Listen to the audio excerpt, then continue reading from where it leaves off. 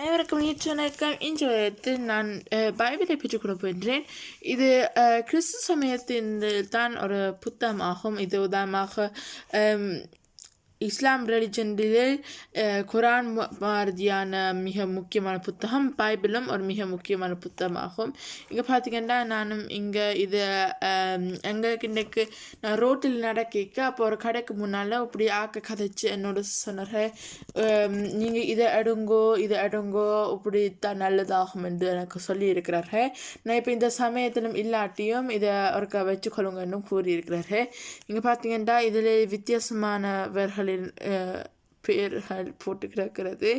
இது சைமனும் இதில் ஒரு புதிய டெஸ்டமெண்ட் ஆகும். இது 2000ஆம் ஆண்டாம் இருந்து வருகிறதாம். இதிலும் வருகிறது இது ஒரு மிக புதிய டெஸ்டமெண்ட். இது 2ஆம் பகுதி, பீபிளின் 2ஆம் பகுதியாம். இதே போல் அதில் எல்லாம் பின்னுக்கெல்லாம் இருக்கிறது. இதே போல் என்ன தெரிகிறது என்றால் offenbarung இங்கே வித்தியாசமான எல்லாம் இருக்கிறது நாங்கள் பார்க்குறதுக்கு. இதே போல் அவையிடம் எனக்கு இதுவும் தந்திருக்கிறார்கள்.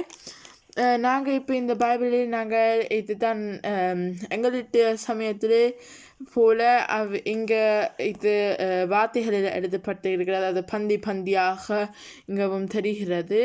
நான் அது இன்னும் வாசிக்கல, ஆனால் எனக்கு அது அறிய விருப்பம் உள்ளது. இதான் உரையாட. நன்றி, வணக்கம்.